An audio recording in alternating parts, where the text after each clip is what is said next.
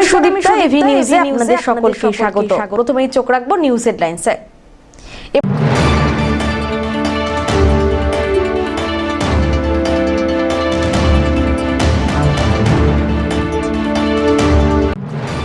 আজ রামনবমী অন্যান্য বারের চেয়ে এবারের গুরুত্ব আলাদা, কারণ অযোধ্যায় রামলালার প্রাণ প্রতিষ্ঠা হয়েছে। শহর জলপাইগুড়িতে মহা ধুমধাম করে পালিত হল বাসন্তী নবমী বা রামনবমী।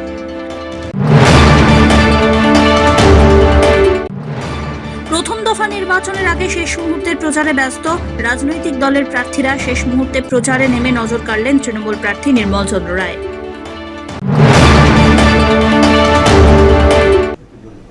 এবার আসছে বিস্তারিত সংবাদে। আজ রামনবমী। অগণিত রাম ভক্তদের দেখা গেল শহরে রামনবমীর শোভাযাত্রায়। ড্রোন ক্যামেরার মধ্যে দিয়ে কড়া নজরদারি ছিল জেলা পুলিশের। দিনটিকে কেন্দ্র করে জলপাইগুড়ি শহর গেরুয়া পতাকায় ছেয়ে গেল। শ্রী রামনবমী উদযাপন সমিতি জলপাইগুড়ির তরফ থেকে জলপাইগুড়ি শহরের মিলন সংঘ ময়দান প্রাঙ্গণে শুরু হয়েছে সাংস্কৃতিক অনুষ্ঠান। পাশাপাশি এখানে ভক্তদের জন্য ভোগ বিতরণের আয়োজনও করা হয়। আজকে আমাদের রামনবমী উৎসব, সারা দেশব্যাপী রামনবমী উৎসব হচ্ছে। হিন্দুদের একটা শ্রেষ্ঠ উৎসবের মধ্যে রামনবমী উৎসব। সেরকম জলপাইগুড়িতে আমাদের সদর এবং নগর মিলে এই উৎসবটা চলছে। তা আমাদের এই উৎসবে আশা করি 10 থেকে 15,000 পুণ্যার্থী আমাদের ভক্তরা থাকবে, উপস্থিত থাকবে। হ্যাঁ, রাম ভক্তদের উৎসাহ অসাধারণ উৎসব। এখনো তো শহর গ্রামের থেকে লোক আমাদের এখনো আসেনি, শুধু সামান্য কিছু শহরের লোক এখন উপস্থিত আছে। খুব কম করে 10 থেকে 15,000 লোক আমাদের হবে। এরপরে আমাদের প্রসাদ বিতরণ আছে। অমিত বণিকের রিপোর্ট, এভি নিউজ।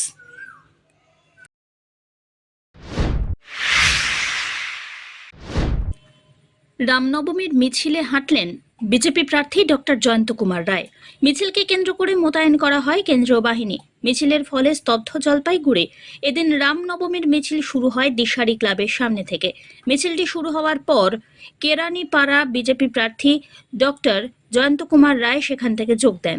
বিজেপি প্রার্থীকে দেখে রামনবমীর মিছিলে থাকা ভক্তদের অনেকেই জয়ন্ত রায়কে অভিবাদন জানান। এদিন জলপাইগুড়িতে রামনবমীর মিছিলকে কেন্দ্র করে কেন্দ্রীয় বাহিনী মোতায়েন হয়। কোম্পানি কেন্দ্রীয় বাহিনীর জলপাইগুড়ি শহরে দিনবাজার সহ বিভিন্ন এলাকায় মোতায়েন করা হয়েছে। দিশারি ক্লাবের সামনে থেকে বেগুনটারি, দিনবাজার থেকে মার্চেন্ট রোড, থানা মোড়, ডিবিসি রোড হয়ে গোটা শহর পরিক্রমা করে ফের দিশারি ক্লাবে গিয়ে শেষ হয় মিছিল। অসংখ্য রাম ভক্তদের মিছিলে স্তব্ধ হয়ে যায় গোটা জলপাইগুড়ি। বিজেপি প্রার্থী ডক্টর জয়ন্ত কুমার রায় বলেন, রামনবমীর দিন, এই দিনেই রামের আবির্ভাব দিবস। সেখানে মানুষের উন্মাদনা সারা দেশ জুড়ে দেখা গেল। দেখুন, আজকে আমাদের ভারতবাসীর জন্য একটা বিশেষ দিন। আমি ভারতবাসী কেন, আমি বলবো বিশ্ববাসীর কাছেই এক অন্যতম দিন। কেননা আজকের দিনে ভগবান শ্রী শ্রী রামচন্দ্রের আজকের দিনে আবির্ভাব হয়েছে। আজকে এই রামনবমীর তিথিতে আজকে সারা ভারতবর্ষের যে সাংস্কৃতিক ঐতিহ্য, সেই সাংস্কৃতিক ঐতিহ্য প্রভু শ্রীরামচন্দ্রের কর্মধারা, কর্মজীবন, তার যে জীবন, সেই আদর্শ রামচন্দ্রের আজকে পুণ্যতিথিতে, আজকে তার আবির্ভাব দিবসের পুণ্যতিথিতে আজকে সব জায়গায় যেরকমভাবে বিভিন্ন আনন্দ উৎসব চলছে, আজকে এখানেও একটা শোভাযাত্রা চলছে। শোভাযাত্রা আপনিও পা মেলালেন? হ্যাঁ, আমিও পা মেলাম, অবশ্যই। আজকেই শেষ প্রচার, কোনো কর্মসূচি কি রেখেছিলেন আজকে? না, সেরকম কিছু কর্মসূচি, ছোট ছোট মানুষের বাড়িতে যাওয়া, ডিসকাস করা। এটাই আপনার প্রচারের কেন্দ্রবিন্দু রাখছেন আজকে? এটা তো আমি প্রচারের কাজে তো না, আমি একটা সাধারণ মানুষ হিসেবে এখানে পা মেলালাম। অন্যান্য মানুষ যারা আছেন, এটাকে প্রচার না, তো তার দেখেছেন তো, আমি প্রচার হলে তো সামনে থাকতাম। মানুষ আপনাকে হচ্ছে অভ্যর্থনা জানাচ্ছে, বিষয়টা কিভাবে দেখছেন? দেখুন, আমাদের মানুষ, আমার এলাকার মানুষ আমাকে ভালোবাসবে, এটা তো স্বাভাবিক। আমাকে ঘিরে তাদের একটা তো উৎসাহ উদ্দীপনা আছে, সুতরাং তারা আমাকে এইভাবে সম্বোধনা করে দিতে হবে।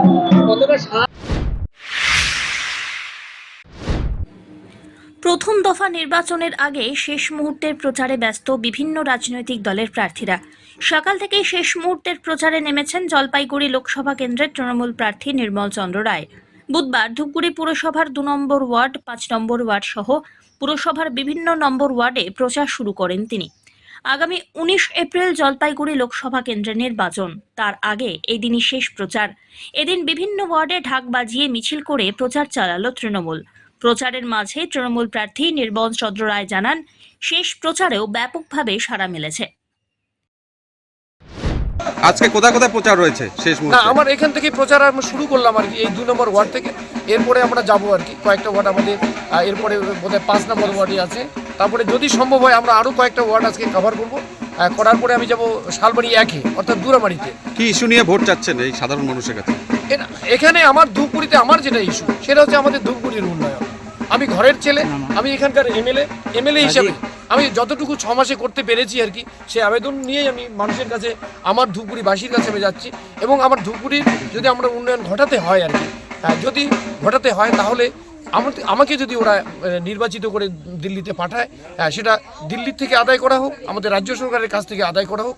ধূপগুড়ির উন্নয়ন আমার প্রিফারেন্স। গোটা লোকসভা এলাকা তো এই কয়েকদিন চষে বেড়ালেন, প্রচার করলেন, কতটা আশাবাদী কি মনে হচ্ছে? ভীষণভাবে আশাবাদী। যেখানে আমরা ডাবগ্রাম ফুলবাড়িতে আমরা গত লোকসভা ইলেকশনে 86,000 ভোটে আমরা পিছিয়ে ছিলাম, সেখানে আমি সেদিন শিলিগুড়িতে 12 কিলোমিটার একদিনে হেঁটেছি আর কি। সেখানে যে এত রেসপন্স, হিউজ রেসপন্স মানুষের, যেমন নন বেঙ্গলি এরিয়াগুলোতে আমি একটা তো এইভাবে যখন আমরা প্রচার করছিলাম পিছনে 1000 মানুষ। সব্যসাচী মজুমদারের রিপোর্ট, এভি নিউজ।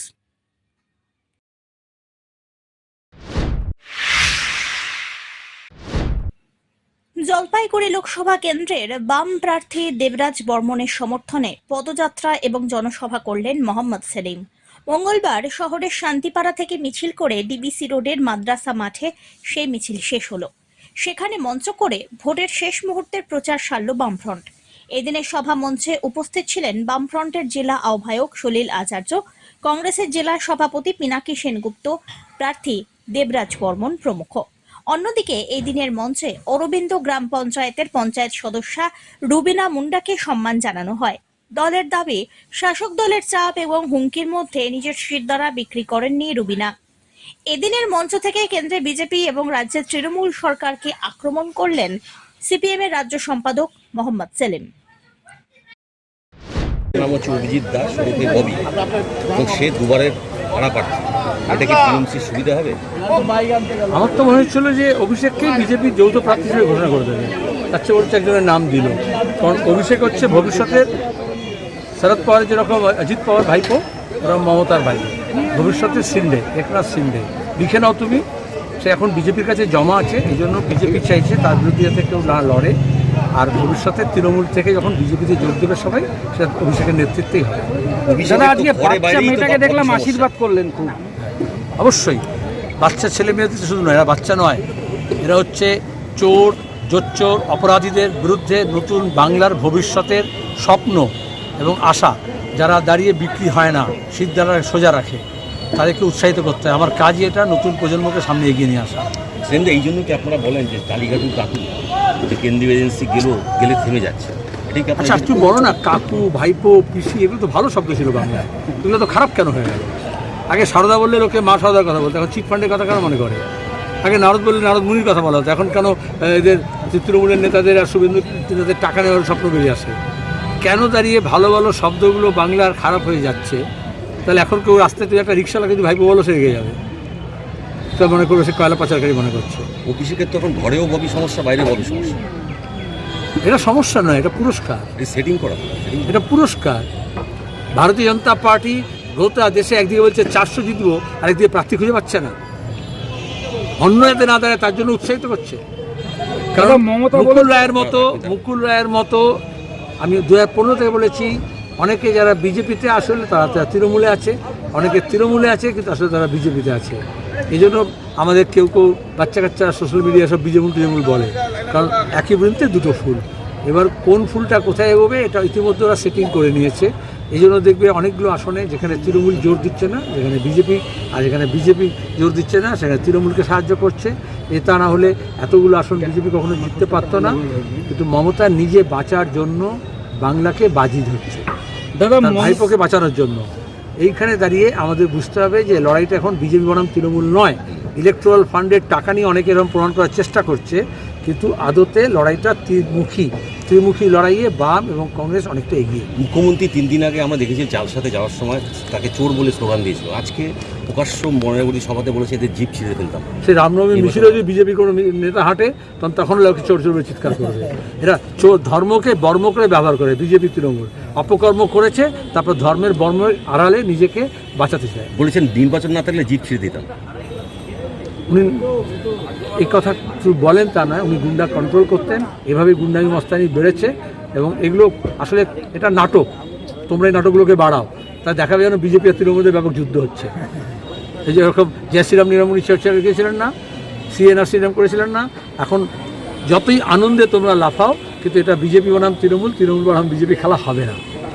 দাদা, মমতা বলেছে বিজেপিকে হারাবার জন্য আমরা কোনো কম্প্রোমাইজ করব না, কারণ ওরা করে। অলরেডি মমতা কম্প্রোমাইজ করেই নিয়েছেন, নতুন করে কি কম্প্রোমাইজ করবেন? বলছি এখানে জোট হয়নি তার মূল কারণ, এখানে জোট হয়নি তার মূল কারণই হচ্ছে সিপিএম এর নিজস্ব একটা ইন্টারেস্ট আছে, তার জন্য এখানে জোট করেনি। মমতাকে আরএসএস দুর্গা বানিয়েছিল সিপিএমকে শেষ করার জন্য, সত্যি এই কথাই বলবেন। মমতা হয়েছে কারণ তাকে সিপিএমকে শেষ করার জন্য দেশি বিদেশি পুঁজি টাকা দিয়েছে, অস্ত্র দিয়েছে। মাওবাদী থেকে আরএসএস সবাই সাহায্য করেছে, সমস্ত রকমের মৌলবাদীরা সাহায্য করেছে। এই জন্য তিনি এখন তার উদ্দেশ্যে সফল হননি। যখন 14 তলায় উঠে গিয়ে নবান্নে अमित शाह जिज्ञेस करेছে इतना लाल झंडा किधर से आया, तुमको इतना खिलाया, इतना पिलाया, इतना दिया, फिर भी लाल झंडा कहाँ से आया, তখন থেকে তার রাতে ঘুম চলে গেছে, কারণ এবার পয়সা পাবে কোত্থেকে। ধীমান রায় রিপোর্ট, এভি নিউজ।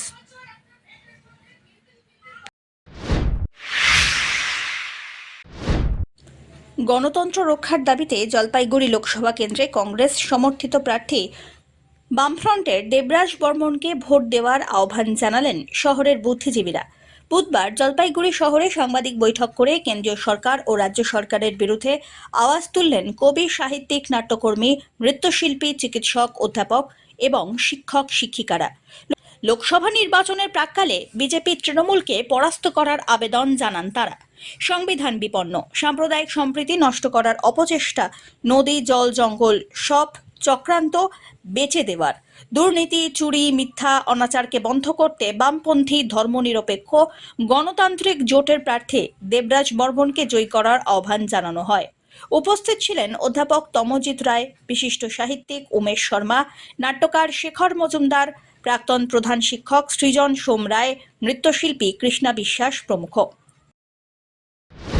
প্রথমত আমাদের যে কেন্দ্রীয় শাসক দল, তার হাতে আমাদের গণতন্ত্র বিপন্ন এবং তারা খুব পরিকল্পনা মাফিক একটি এক মেরু ভারত, তারা হিন্দুস্থানের যে ভারত আমাদের সামনে নিয়ে আসতে চাচ্ছে, সেখানে সাংস্কৃতিক বহুত্ববাদ, আমাদের দেশের যত্নে লালিত সাংস্কৃতিক বহুত্ববাদ, সব ধর্ম বর্ণ নির্বিশেষে যে মানুষের একসাথে থাকা, সেটা বিপন্ন হচ্ছে এবং তারা কর্পোরেটের হাতে খুব সুস্পষ্টভাবে আমাদের দেশকে তুলে দিতে চাইছে, দেশের মাটি, দেশের বন, এবং সেই সাথে তাদের দোসর হয়ে আমাদের যে রাজ্য সরকার, তারা শিক্ষাক্ষেত্রে এবং সর্বস্তরে এমন দুর্নীতি নামিয়ে এনেছে এবং তারা শুধু নিজেদের পকেট ভরেছে এবং আমাদের রাজ্যের মানুষকে, রাজ্যের প্রত্যেকটা স্তরে তারা দুর্নীতি এনে তাদের চাকরি, তাদের শিক্ষা, তাদের স্বাস্থ্যকে তলানিতে নামিয়ে এনেছে।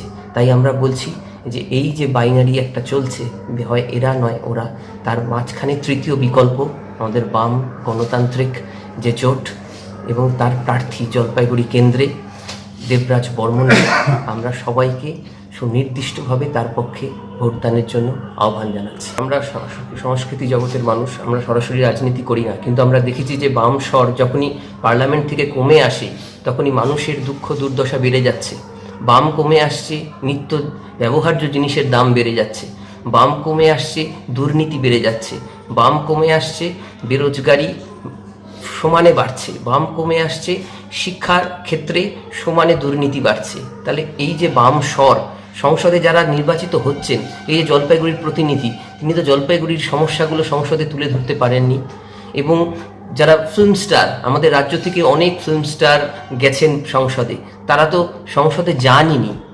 তাই এমন একজন মানুষকে সংসদে আনা উচিত বলে আমরা মনে করছি যে তিনি সত্যিকারের জনগণের প্রতিনিধি হয়ে জনগণের নিত্যদিনের সমস্যাকে সংসদে তুলে ধরবেন। শিক্ষার ক্ষেত্রে আমি বললাম যে ব্যাপক নৈরাজ্য এবং শিক্ষাকে বাণিজ্যিকীকরণ, যাতে সাধারণ মানুষের হাত থেকে শিক্ষা বেরিয়ে যায়। সরকারি স্কুল, প্রত্যেক দিন স্কুল, কতগুলো স্কুল, প্রাইমারি স্কুল বন্ধ হয়ে যাচ্ছে, সেকেন্ডারি স্কুল বন্ধ হয়ে যাচ্ছে, ছাত্রছাত্রীরা দিশেহারা হয়ে গেছে এবং পড়াশোনা করে তারা কি করবে তা জানে না।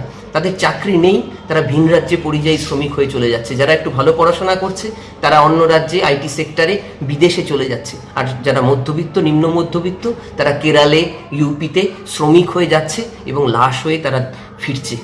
তাই এই যে একটা অরাজকর পরিস্থিতি, এটা একটা হিন্দু মুসলিমের মানে সেই পার্টিশনের সময় যে আমাদের রাজ্যের পরিস্থিতি ছিল সেই দিকে নিয়ে আসার চেষ্টা করছে। হিন্দু ভোট, মুসলিম ভোট, এই শিক্ষিত মানুষ, যারা শুভবুদ্ধি সম্পন্ন মানুষ, আমাদের পরবর্তী প্রজন্মের জন্য কি এই বাংলা দেখতে চাই আমরা? এই জলপাইগুড়ি তো সাংস্কৃতিক দিক থেকে এতটা উন্নত ছিল, সেই জলপাইগুড়িতে কালো পোশাক পরে মুখে বেঁধে বুথ লুট হচ্ছে। যে শুভবুদ্ধ সম্পন্ন মানুষদের কাছে বলা যে পার্লামেন্টে এবং প্রত্যেকটা গণতান্ত্রিক স্তরে আপনারা একটু হন এবং এই বাইনারিতে ভুলে যাবেন না, মিডিয়ার বাইনারিতে আপনারা সুচিন্তিতভাবে বামদেরকে নির্বাচিত করুন, শিক্ষিত মানুষকে, যে চোর নয়, যে দল পাল্টাবে না, তাদেরকে নির্বাচিত করে বাম পার্লামেন্টে পাঠান, তাহলে সত্যিকারের আইন প্রণয়ন হবে, নাইলে আমাদের গণতন্ত্র কিন্তু ধূলিসাৎ হবে। সব্যসাচী মজুমদারের রিপোর্ট, এভি নিউজ।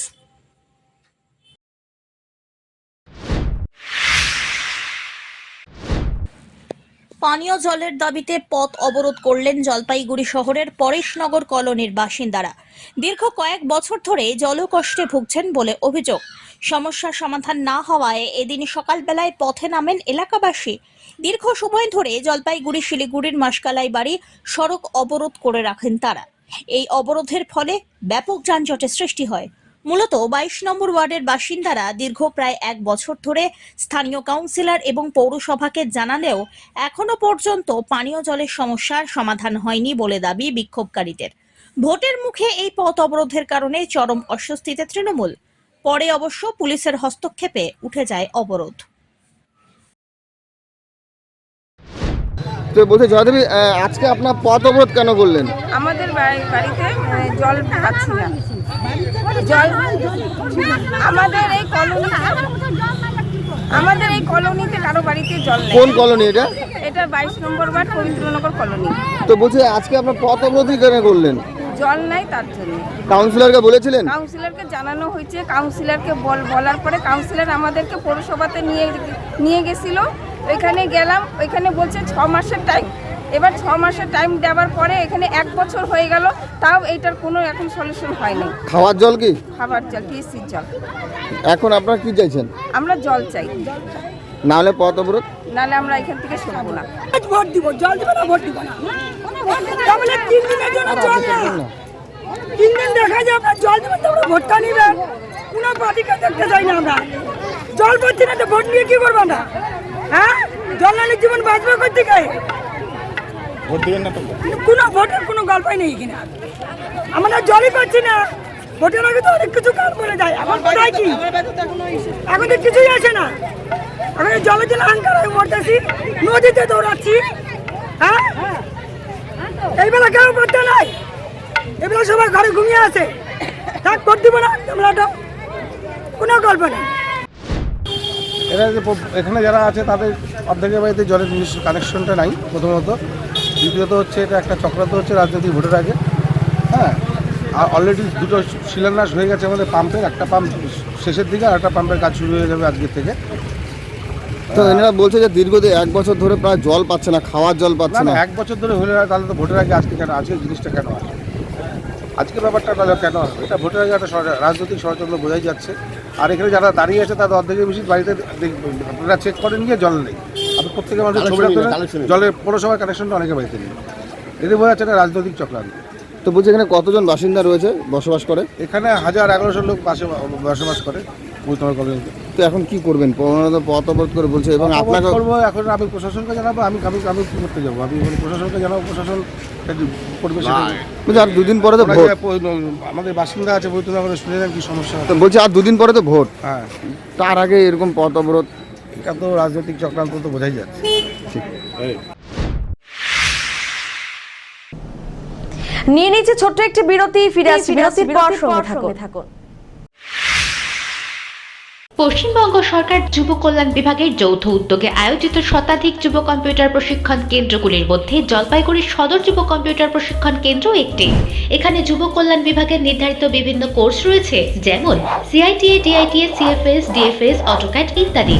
মাধ্যমিক ও উচ্চ মাধ্যমিক পরীক্ষার্থীরা আবেদনযোগ্য।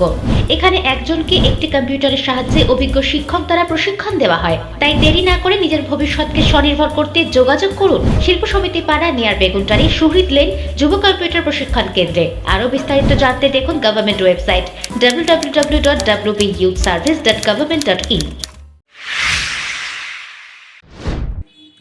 তাদের আসনে নিশ্চিত জয়ের লক্ষ্যে সদর ব্লক 1 নম্বর তৃণমূল কংগ্রেসের পক্ষ থেকে একটি পথসভায় মঙ্গলবার সন্ধ্যাবেলায় বোয়ালমারি হাসপাতাল পাড়া এলাকায় উপস্থিত হলেন মতুয়া মহাসংঘের মমতা বালা ঠাকুর, অল ইন্ডিয়া মতুয়া মহাসংঘের ধর্মপ্রচারক ভজহরি রায়। মমতা বালা ঠাকুর বলেন, মতুয়ারা হরিচাঁদ ঠাকুরের আদর্শে দীক্ষিত, এবার তারা তৃণমূলেই ভোট দেবেন।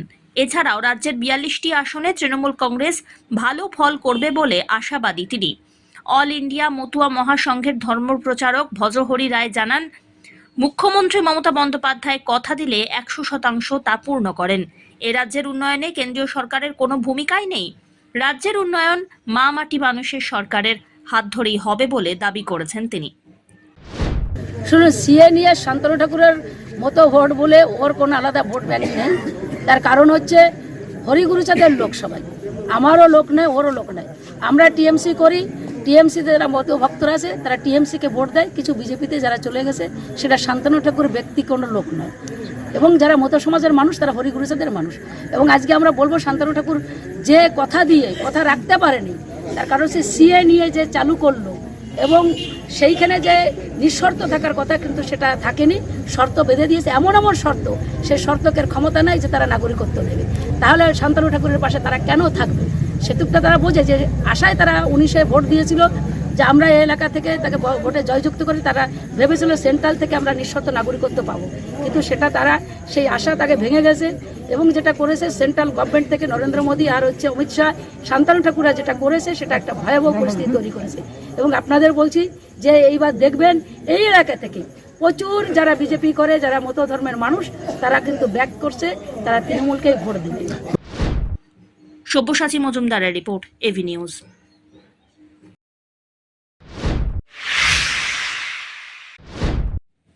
আজ রামনবমী। অন্যান্য বারের চেয়ে এবারের রামনবমীর গুরুত্ব অনেক আলাদা, কারণ এবার অযোধ্যায় রামলালার প্রাণ প্রতিষ্ঠা হয়েছে। বুধবার অযোধ্যার রাম মন্দিরে সকাল থেকেই সাজো সাজো রব। চৈত্র মাসের শুক্লপক্ষের প্রতিপদ তিথি থেকে শুরু হয় চৈত্র নবরাত্রি।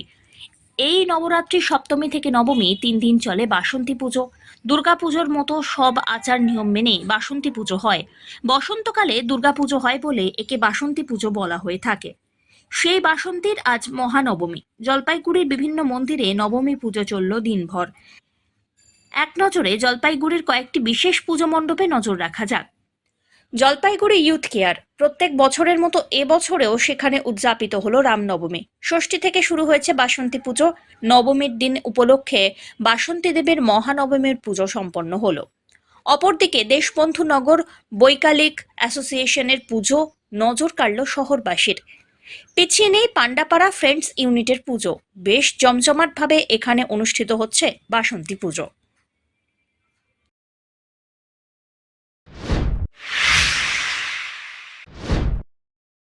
আজ রামনবমী। সেনপাড়া সার্বজনীন মহিলা সমিতির সদস্যবৃন্দরা নবমী পুজোর মাধ্যমে পুজোর আনন্দ উপভোগ করলেন। সকাল থেকেই পূজার্চনা শুরু হয়। 3 দিন ব্যাপী তারা এই পুজোকে কেন্দ্র করে বিভিন্ন অনুষ্ঠানের আয়োজন করে থাকেন।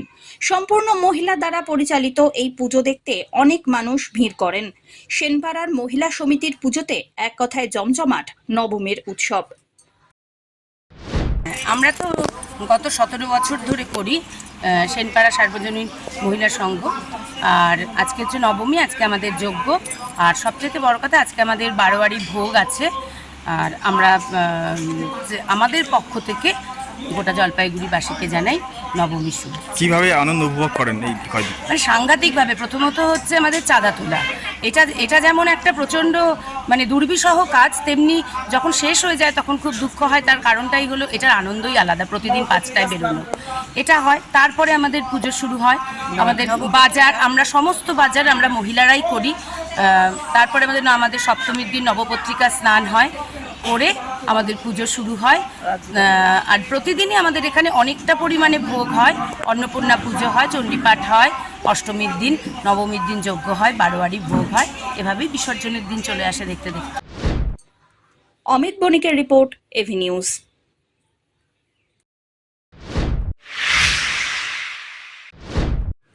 গরম পড়তেই সবজির দামে আগুন, আস্তে আস্তে বাড়ছে মরশুমি সবজির দর। গরমের মরশুমে সবজির চাষে খরচ অনেক বেশি। শীতকালে যে সকল সবজি বাজারে বিক্রি হতো 10 থেকে 15 টাকা কেজি দরে, সেগুলি এখন বাজারে 25 থেকে 30 টাকা দরে বিক্রি হচ্ছে। অন্যদিকে বাজারে পটল, ঝিঙে, সজনে আসলেও তার দাম অনেকটাই বেশি।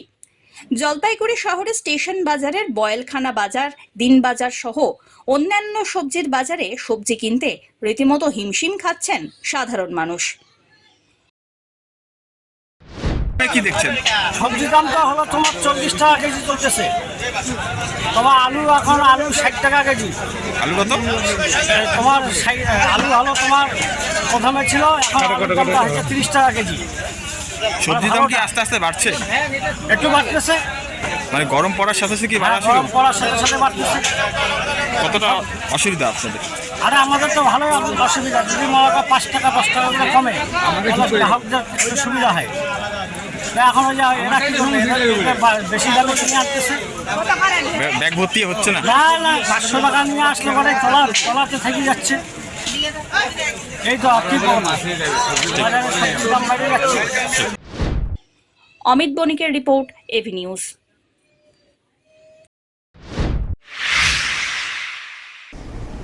শেষ করবার আগে নিউজ হেডলাইন্স আরো একবার।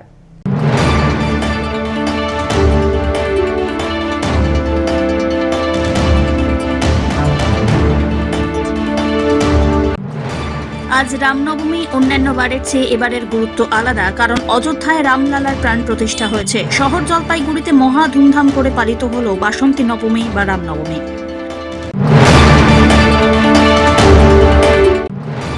প্রথম দফা নির্বাচনের আগে শেষ মুহূর্তের প্রচারে ব্যস্ত রাজনৈতিক দলের প্রার্থীরা। শেষ মুহূর্তে প্রচারে নেমে নজর কাড়লেন তৃণমূল প্রার্থী নির্মল চন্দ্র রায়।